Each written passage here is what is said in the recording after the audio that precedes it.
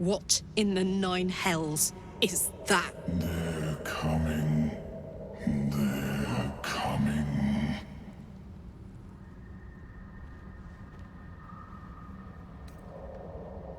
It said, they're coming. They're coming. You're coming. You are swallowed by a chorus of turbulent music. Through one creature sing many voices, the harmony of an entire collective. Sovereign, he has come. He is here. The choir fades. A single melody rises above the others, brassy and commanding. I am sovereign. You see a vision. Your lifeless body wrapped in fungal tendrils. The Sovereign is threatening you. State your purpose.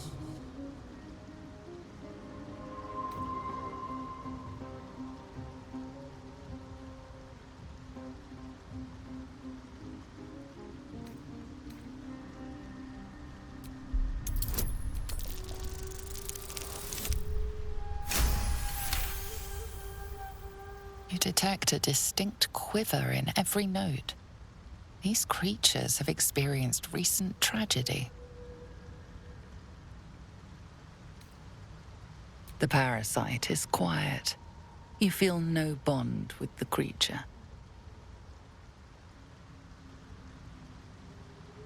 Fungal roots weave through your mind, seeking your true intent. Then the Sovereign drones a new melody, cautious but welcoming. Descend to me. Let us speak in flesh. The persistent music coaxes you forward. The Sovereign expects you. Ah, a visitor. You're a welcome sight. But let us observe the customs of the locals. The scholar's brow tenses. His voice spills into your skull, the spores connecting mind to mind. Blurg, proud member of the Society of Brilliance, at your service. Or perhaps not. Your mind is far more complex than that of the fungi. Understandable. We are small in number and rarely stay in one place for long. My colleagues and I are working to improve conditions in the Underdark. This need not be such a dire, hostile place. It's curious to find a surface dweller here. What has brought you down so deep? Truly remarkable. But why come to the Underdark, where they hold so much power? You were infected by an illithid tadpole? It's a miracle you're still intact. You must be worried sick, but have no fear. I have a friend who may be able to assist. Omelium! I hope this is important, Blurg. My Zirkwood samples need constant attention. It is. This adventurer has an illithid tadpole inside his head, but he hasn't turned. No cell morphosis. That's impossible, but intriguing. Are you looking to have it extracted?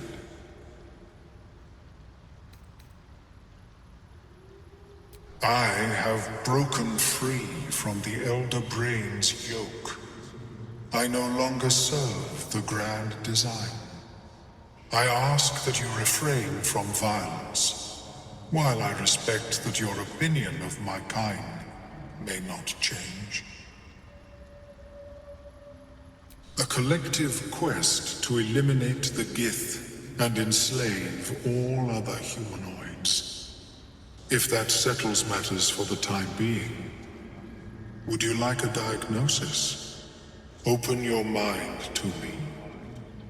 Let us see what lurks within. As the Meloan's mind pierces yours, the tadpole pulses with power. It feels 10 times its size. Alive, awake, almost smug. This is most unusual.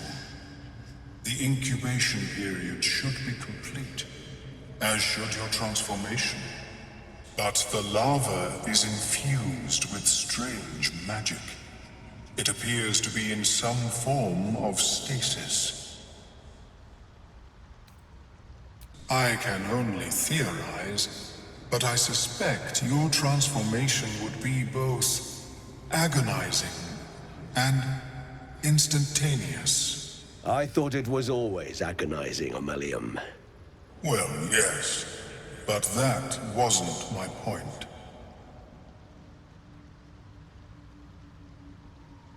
No, it appears to be shielded from physical and magical influence.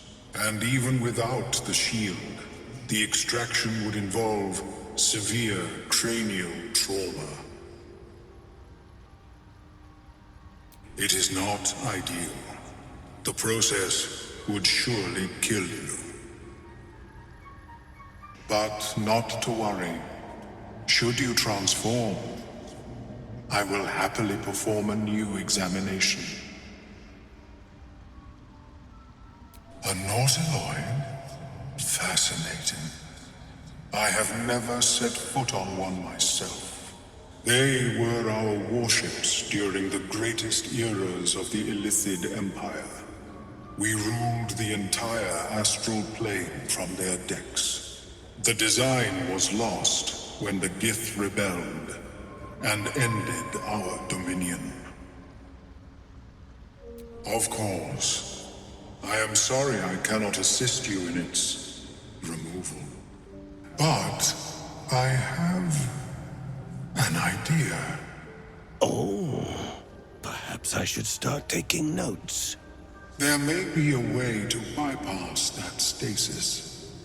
There are many alchemical substances that can influence the mind.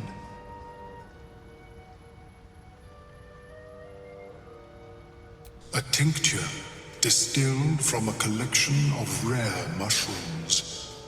They have subtle psionic influence.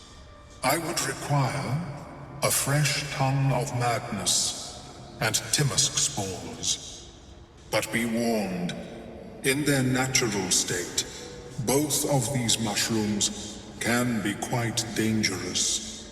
Timusks cause confusion in those that approach them. The tongue is self-explanatory.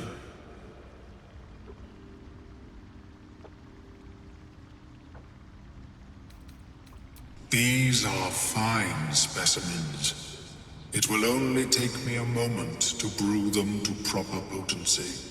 Ormelium turns away to prepare the potion, lost in its own musings. You must drink the entire draught. I can make no promises as to its taste.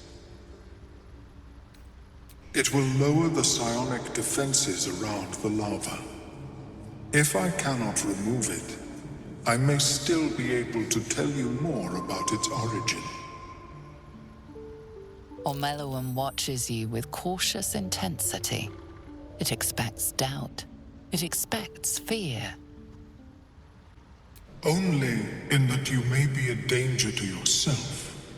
What the potion may make you see or feel, I cannot determine. But unless you are already a step from death, it will not kill you. The potion is disgusting beyond description. The only mercy is that it goes down quickly. Not a drop left. Very good.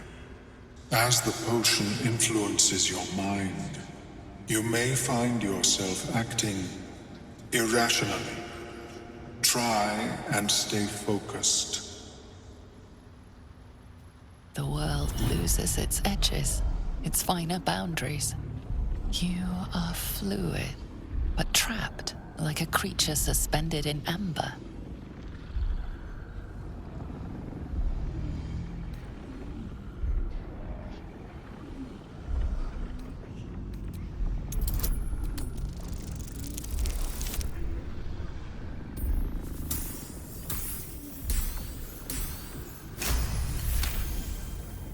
few sparks and colors dance around Omeluum, but you stay steady and staring ahead. The tadpole spasms, seizes. It's fighting the potion even harder than you are. Fear pierces your mind like knives of ice. The parasite digs deeper, as if it means to hollow out your skull.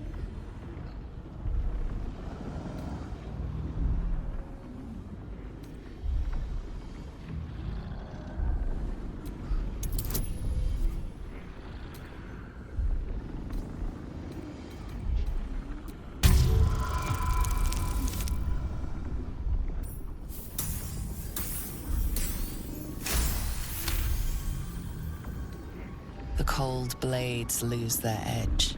You are stalwart, turning that tide of fear against itself. The parasite swells with power, more power than you have ever felt before. It surges and twists, lashing out against that which would dare to intrude. The parasite in your mind quiets, pleased with itself. Omeluum, are you well? That lava is like nothing I have ever observed before. Its power is unsettling.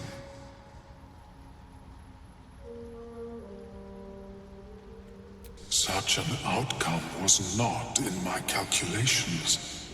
There is more to this being than mere stasis.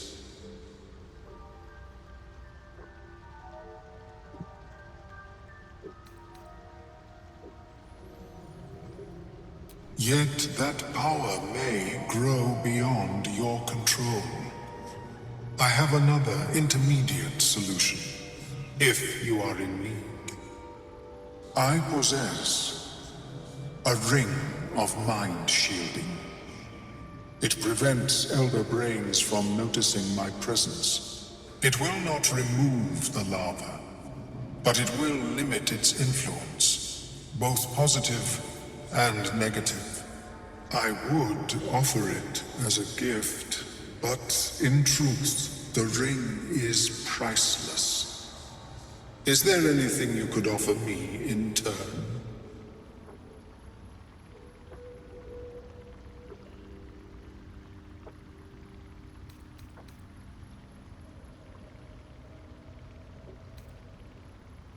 A bold strategy.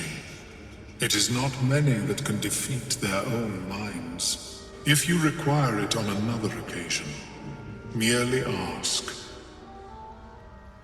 The Sovereign's thick fingers stroke the corpse at its feet. A droning melody greets you as the creature turns its gaze to you. Flesh talker, I show you a memory. Watch and listen. A violent vision grips you. Dwergar, dark dwarves chopping myconid remains. They broke our peace. They killed our young. The Sovereign's song slows to the pace of a dirge. It is still in mourning. We laid waste to many, but intruders remain. Lakewood. The Sovereign's song halts as it measures your worth. I sense your resolve. You will find Dwergar invaders near Lake's Edge. Cleanse the rot. Destroy them. Dwergar invaders? We can manage that. Better than picking this fight, surely. Deep purples swirl into familiar shapes. Gnomes in mining gear, chased by Dwergar. The Dwergar seek a gnome. It is a guest.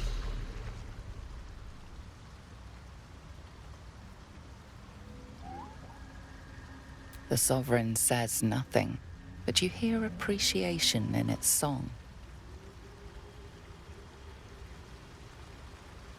An illusion comes over you. A Dwergar choking on a cloud of gleaming dust. Accept this gift. It will help you exterminate.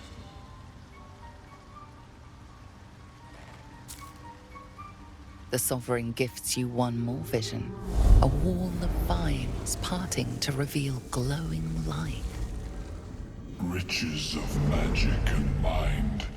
Cleanse the rot, and they are yours. You do the Circle a service. We will await word. Fleshwalker. Tongue talker. Far you've come. Reach into memory.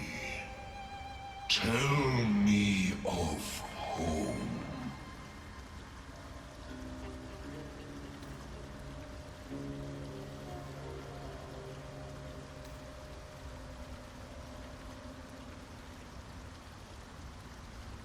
It cringes in response to your sunny vision. It reveals its own home in reply. A humid cove filled with decaying myconid corpses.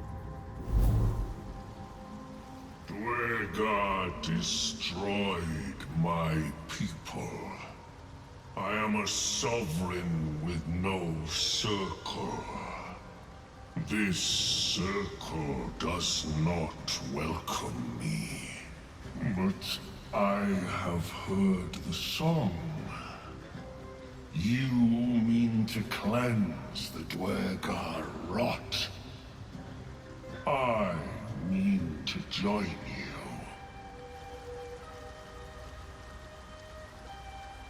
I am the danger, and I am the cure. They erased my people. I will erase theirs.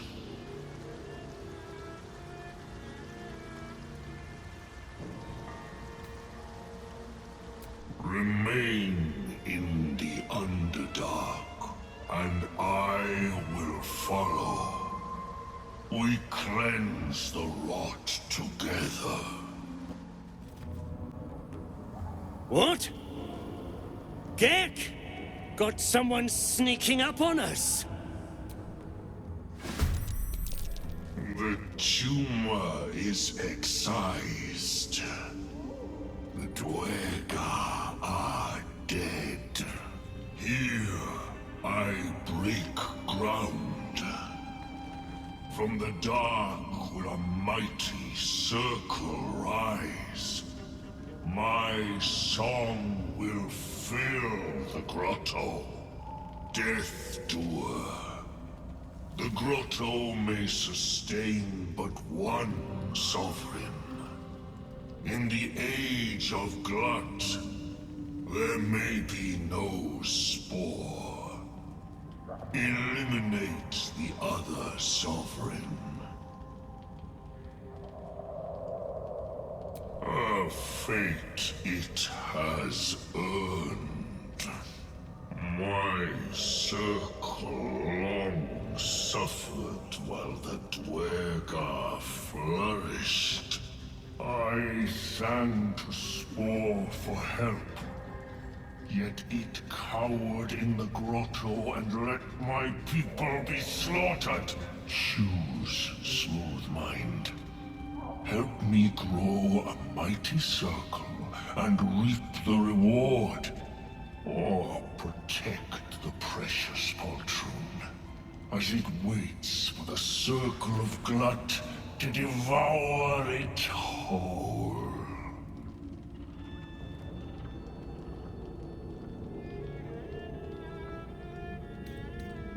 It is my right.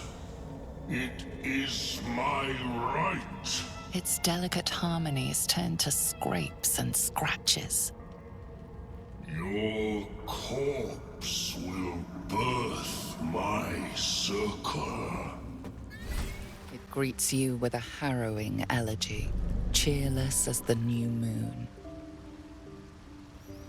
The music shifts, still melancholic, but now streaked with hope. Do you hear? A new harmony. Serenity. I name you peace bringer. Fragrant spores waft through the air. Your heart swells with bliss with your every breath. Freely you have given to us. Freely you may take. The Guardian Gate is open. Go and claim your reward. But before this, I have another boon to ask of you. You have cut out the Dwergar blight, but not its source. In your mind's eye, Spore shows you a drow striding among Myconid dead.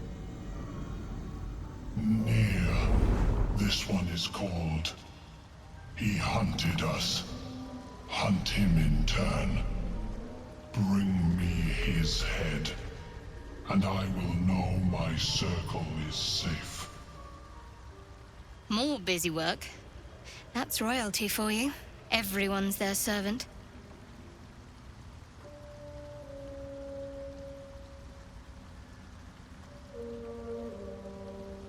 The drow lurks in the ruins beyond the lake.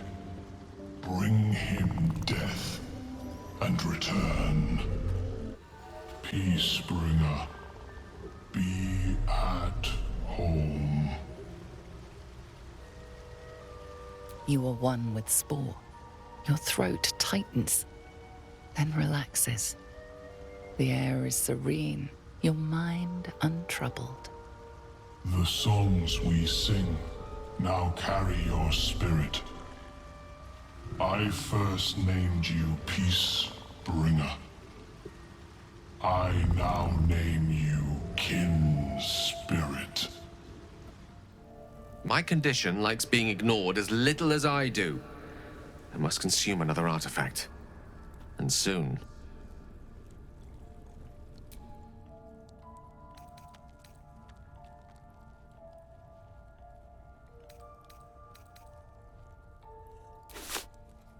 Thank you.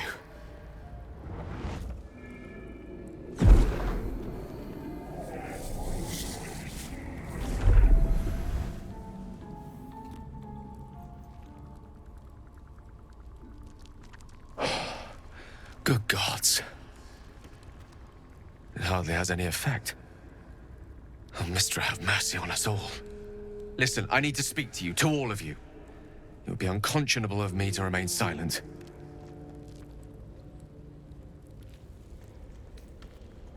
I appreciate it greatly, but I can no longer keep you in the dark. You have to know who I was. You have to know who I really am. What I am is a walking shadow of the promise I once held. I'm what one might call a wizard prodigy. Who from an early age could not only control the weave, but compose it. Much like a musician or a poet. Such was my skill that it earned me the attention of the mother of magic herself.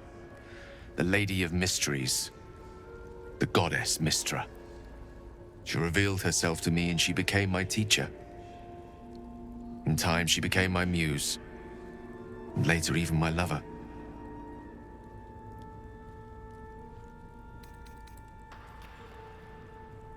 It's fair to say her intimacy is not easily won.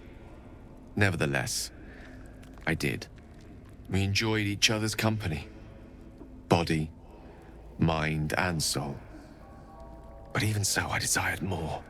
You see, no matter how powerful a wizard we mortals can become, we never scratch more than the surface of the weave.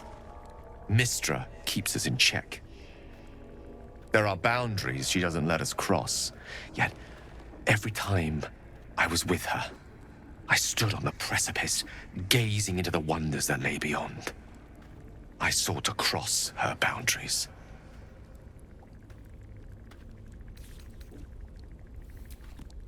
Perhaps. But enticements beyond the perimeters of mortality are powerful motivators. I tried to convince her. I pouted. I pleaded. Swore my ambition was only to serve her better. She only smiled and told me to be contented.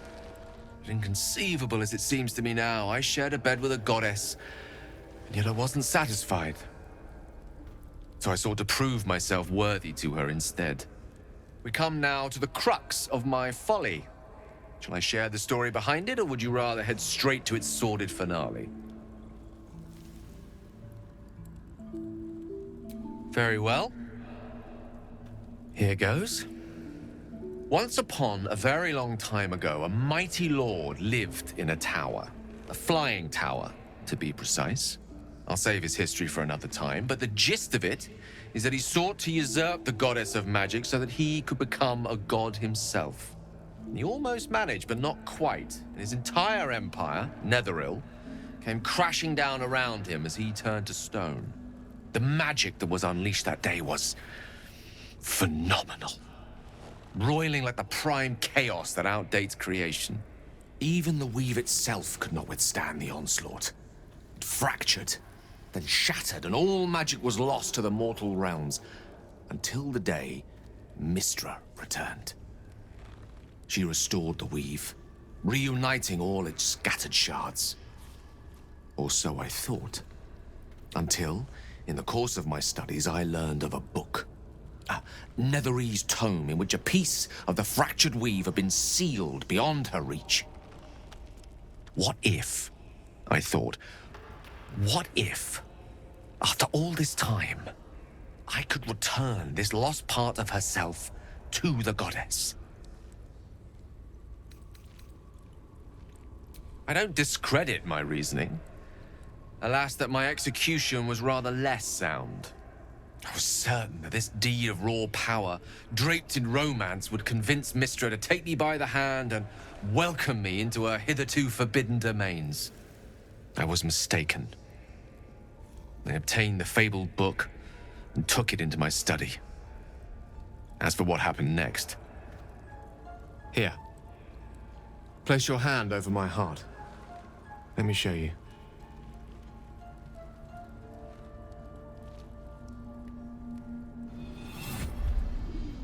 You feel the tadpole quiver as you realize Gale is letting you in, into the dark.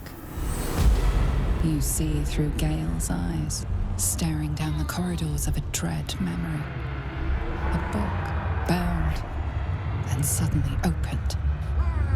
Inside there are no pages, only a swirling mass of blackest weave that pounces. Its teeth, its claws, it's unstoppable as it digs through and becomes part of you. And gods, is it ever hungry.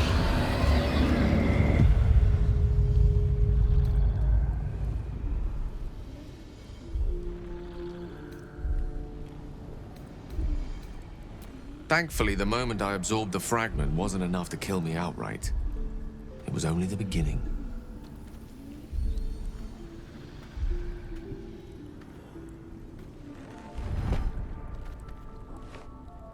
This Netherese blight, this orb, for lack of a better word, is balled up inside my chest. And it needs to be fed. As long as I absorb traces of the weave from potent enough sources, it remains quiet. Were it ever to fully destabilize, however.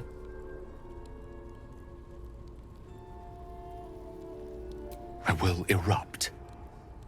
I don't know the exact magnitude of the eruption, but given my studies of Netherese magic, I'd say even a fragment as small as the one I carry, it'd level a city the size of Waterdeep.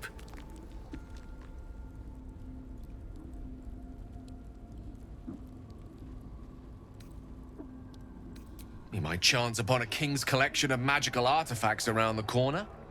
We might cross paths with a miracle round the bend. Then again, we might not. All of this. It must feel like a betrayal. Say the word, and we'll part ways.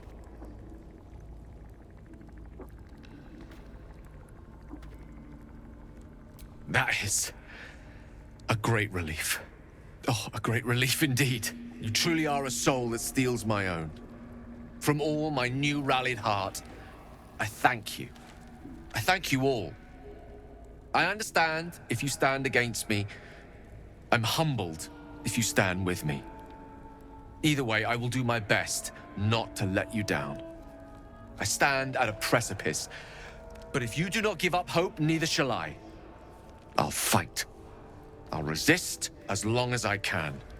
Now, even I am tired of the sound of my own voice. Let us venture forth. Ah, my good fellow. Quite the cozy setup you have here. I'll just make myself comfortable. Thank you so much.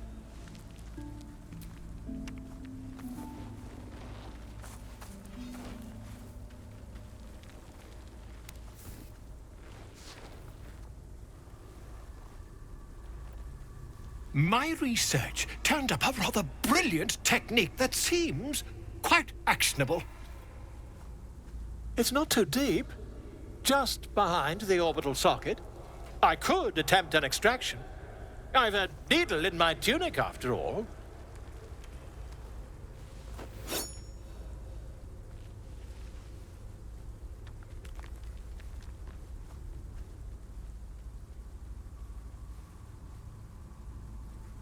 I assure you, I've dreamt of it 1,000 times over. You won't find a more learned opinion on this matter, I assure you. Volo carefully holds one of your eyes open and begins to prod uncertainly with the needle.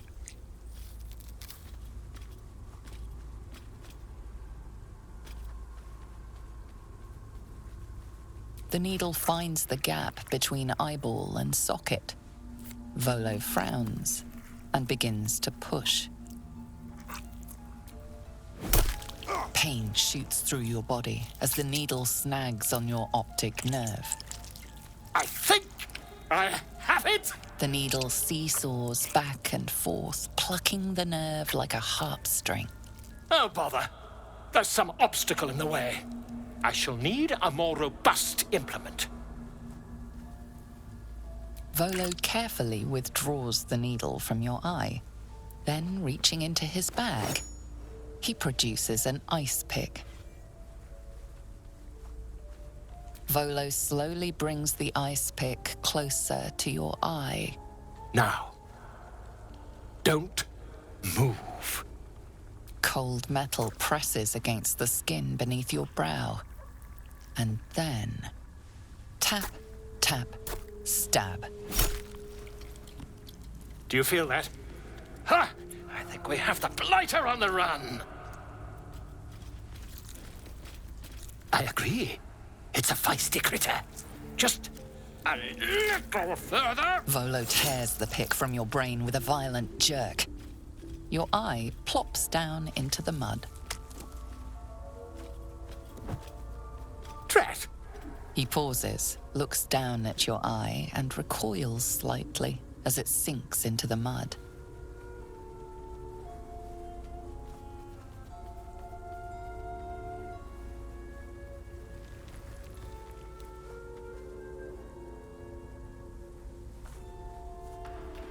There appears to be an amount of cosmetic damage. Please, try not to overexert yourself. You're in a rather fragile state at present. I can't help but feel partly responsible. Perhaps there is something more I can do.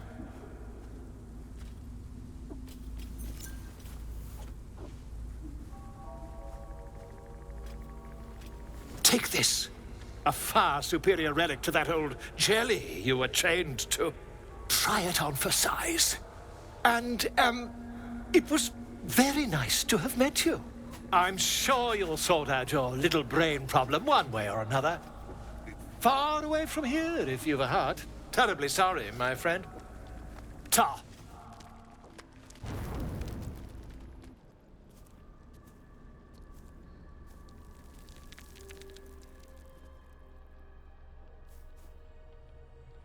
The air is heavy. Moisture drips down your forehead. Pain shoots through your fingers.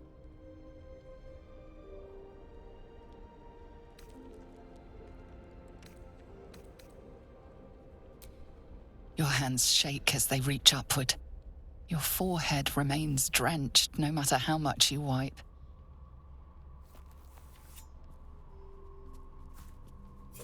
Chukil Gake Vlakith Mazathok. Can you feel it crawling through you? Tendrils squirming in your chest, gripping your heart, piercing your belly.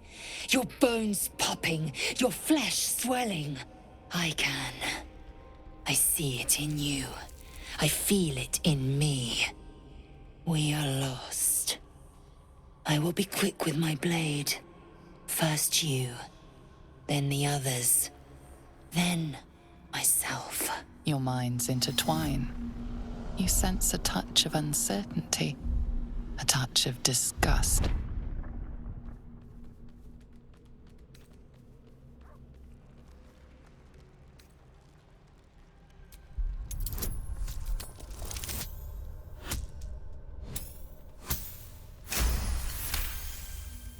Something stirs deep within you, hungry and alert. It's taking something you'll never get back. Lae'zel's fear grips you. Not fear of death, but fear of insignificance. The great warrior Lae'zel, a failure to her kind. She will wield no silver sword, ride no red dragon. Forever unknown to the great Lich Queen Vlakith.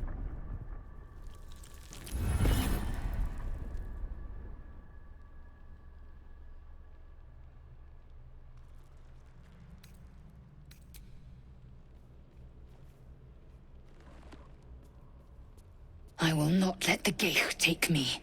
I will earn Vlakith's honor. I will wait. But know this. I am watching.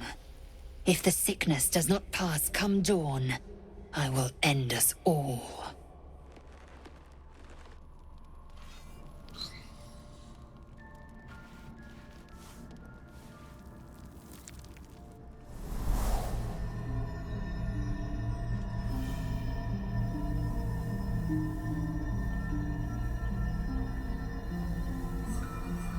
I came just in time.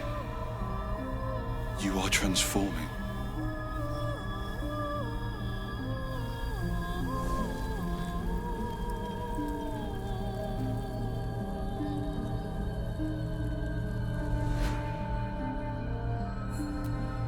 Yes, you have. I saved you before.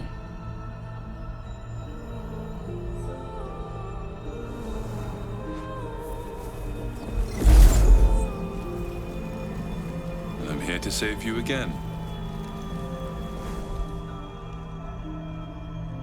Don't worry. You will not become a mind flayer. Not while I'm around. I'll protect you.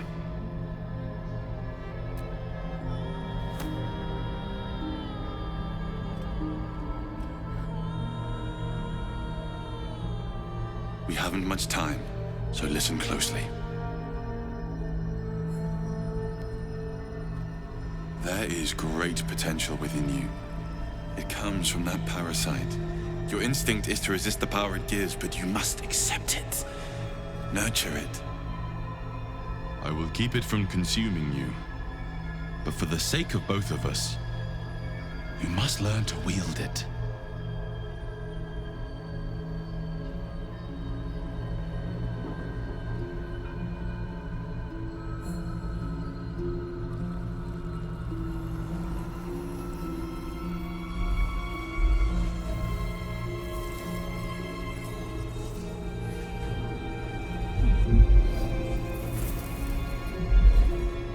Fight for the fate of Faerun.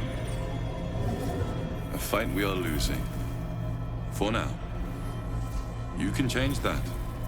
But only if you embrace your potential.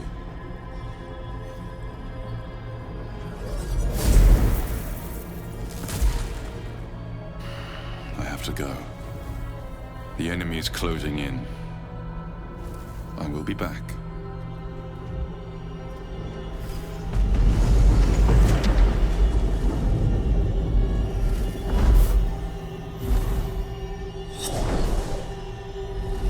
Wake now. You'll feel better. I promise.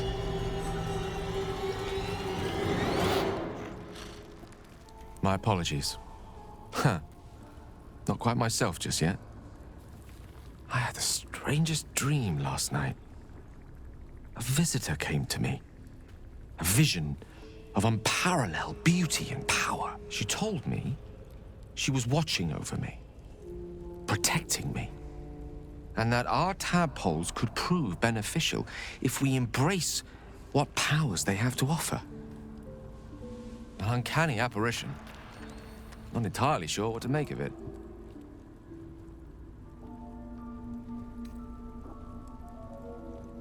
Very curious. In all my readings on the effects of illithid parasites, I've never come across any accounts of correlating dreams between infected parties. Another unique quality of our predicament, perhaps.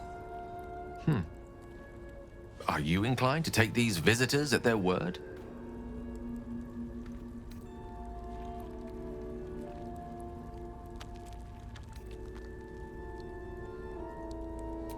If so, we have far more to learn about the powers at play here. Our ignorance as to the exact nature and intent of our saviors is hardly cause for celebration. I hope your confidence proves well-founded. God knows we could use all the help we can get.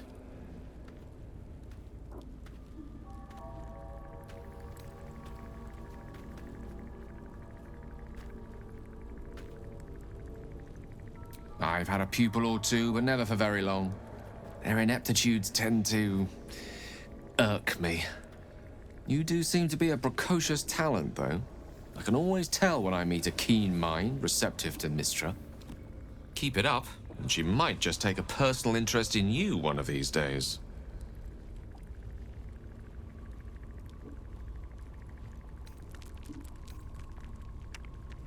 The very same. Karsus was perhaps the most powerful wizard that ever lived. The child who would be a god, the elves called him. And he tried. With a spell of his own devising, he endeavored to usurp in one fell swoop the power of the goddess of magic. Mistril, she was called then. Imagine what it must have felt like to be a god, to know yourself, to be untouchable, to be mistaken. As Karsus aimed his spell at her, she began to unravel, and with her, the entire weave. Too late did he realize what he had unleashed. It would have been the end of everything had not Mistril sacrificed herself. The goddess of magic is all magic.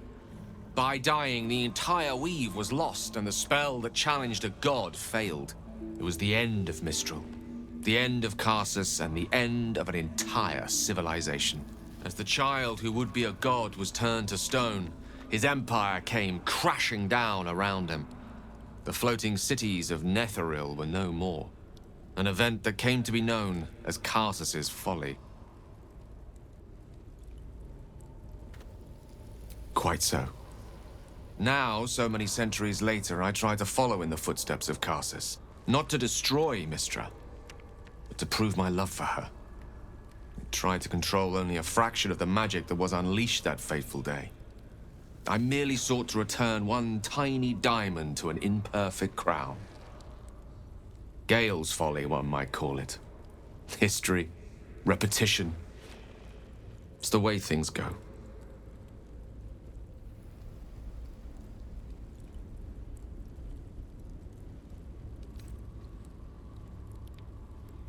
Oh, I was surprised, but pleasantly so. Just like I said, amid the madness that has befallen us. It seems almost out of place to think of a kiss. And yet, now more than ever, it's important to recall what makes us human. A stolen glance, that sudden heartbeat. Sometimes the little things are worth more than kingdoms. They promise things to come. Welcome to the League of the Lone Eye, my friend. Not to minimize the pain of Volo's poking and prodding, but I promise, you'll be used to the prosthesis in no time. Besides, I find it gives one an air of mystique. No one's more intriguing than a man with one eye. Glick. I had a dream. As we all did, I suspect. Someone came to me and promised to protect me, while claiming that the parasite could empower me. The parasite has taken root, it would seem, Every word, every promise, it is Geich deception.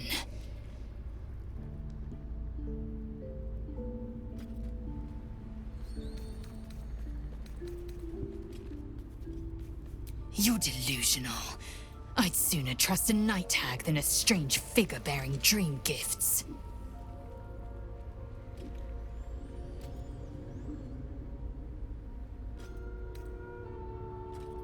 I understand much beyond your comprehension. More to the point, I know the cure for our condition. It is imperative we locate a creche. You do well to observe more and question less. You know, I've been thinking, and I think there's something I should tell you. Nothing big or terrible, just a small little detail about me that hasn't come up naturally. It's just that I happen to be a, what's the best way to put this? A vampire.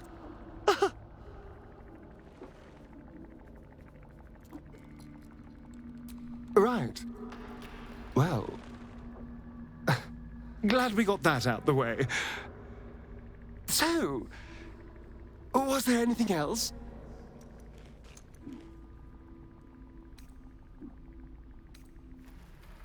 Who knows? Drow? Mind flayers? Death? Hopefully not ours. But maybe answers, if we can convince the right people to talk. What's to tell? I was sired by a vampire named Cazador.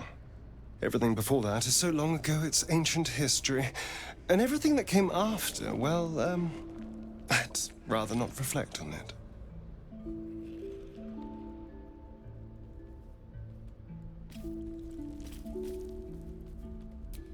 I was a magistrate, working to keep the peace in Baldur's Gate, imprisoning troublemakers, that kind of thing. I can't remember much, truth be told. Centuries of torment will do that to you. I was attacked. A gang of vagrants, a tribe of wandering Gur, took issue with a ruling I'd made. They beat me to death's door when Cazador appeared. He chased them off and offered to save me, to give me eternal life. Given that my choices were eternal life or bleed to death on the street, I took him up on the offer. It was only afterwards I realized just how long eternity could be. Why do you insist on exhuming the past? I was a slave. A vampire spawn. Kept by the Tsar family. Perhaps I still am. I was never able to resist their commands. But now, I've been conveniently lost. They won't ever control me again.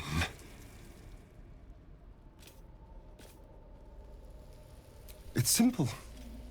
Just find a vampire that will drink your blood and turn you into a vampire spawn. Their obedient puppet. In theory, the next step is to drink their blood.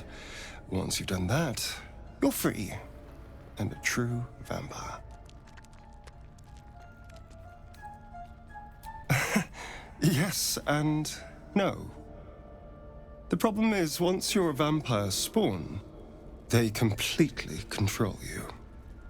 They have to allow you to bite them. And why would they do that? Vampires are power-hungry creatures. They won't lose a servant to create a competitor. Trust me, it doesn't happen. Did you have any strange dreams of late? Vivid ones? Damn. I was hoping my imagination had gotten the better of me. But this must be something more. This dream companion wanted me to use the tadpole, use its power. Whoever it was claimed to be an ally, but I don't know. It seems like we can't escape this mess. in the waking world or otherwise.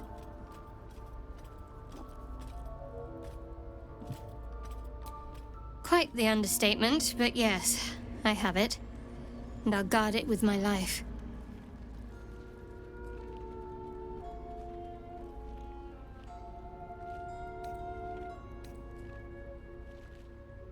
I was part of a group sent by my cloister.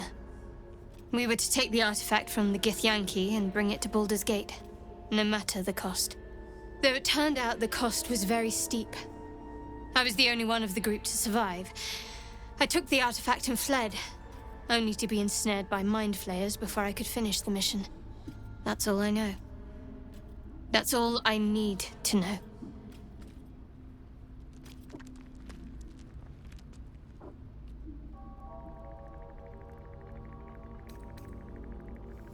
That's not a luxury open to many people, us included. I have my faith to turn to instead. You should find something of your own.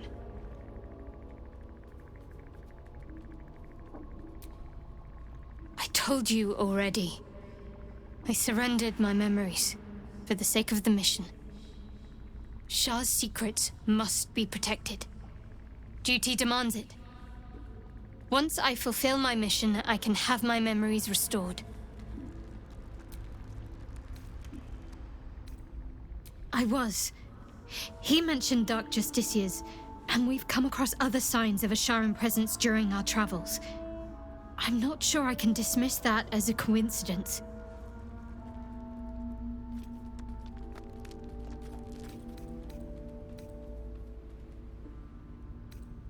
All that's happened. You have a talent for understatement, you know that? Specifics, please.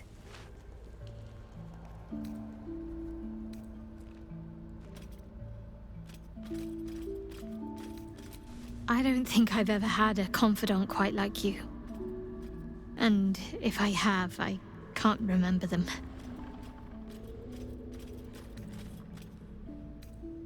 I suppose some would commend our actions.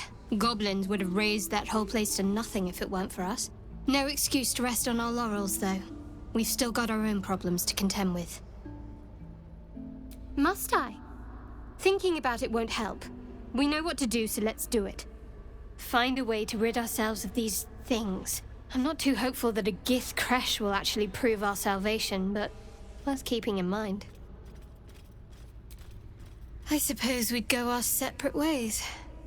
Not a slight on your company, of course.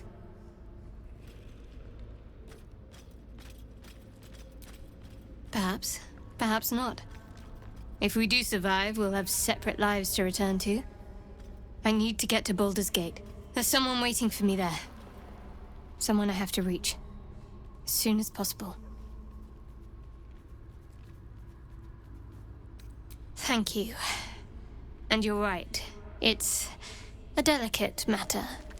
Not something for light conversation.